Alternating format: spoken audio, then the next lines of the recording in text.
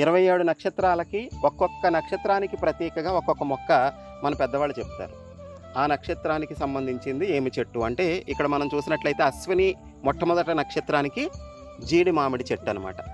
జీడి మామిడి అంటే మనకి కాజు నట్ అనేది అందరికీ తెలుసు. డ్రై ఫ్రూట్స్లో మనం విరివిగా ఉపయోగిస్తాము.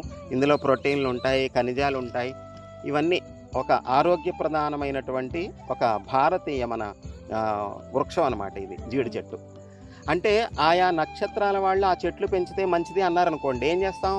ఆ వంకనైనా మనం చెట్లు పెంచుతాం. అంటే ఇదంతా దేనికోసం ఏర్పాటు అంటే ప్రకృతి పర్యావరణాలను కాపాడుకోవడం కోసం. చెట్లు ఎంతగా ఎక్కువ ఉంటే అంతగా వర్షాలు కురుస్తాయి, వర్షాలు ఎంతగా కురిస్తే అంత నీరు ఉంటుంది, నీరు ఎంత పుష్కలంగా ఉంటే పంటలు అంత బాగా పండుతాయి, పంటలు పాడి బాగా ఉంటే మనకు ఆహారం కరువు ఉండదు, జీవరాశి అంతా చక్కగా బతుకుదానికి అవకాశం ఉంటుంది, సస్యశ్యామలంగా ఉంటుంది.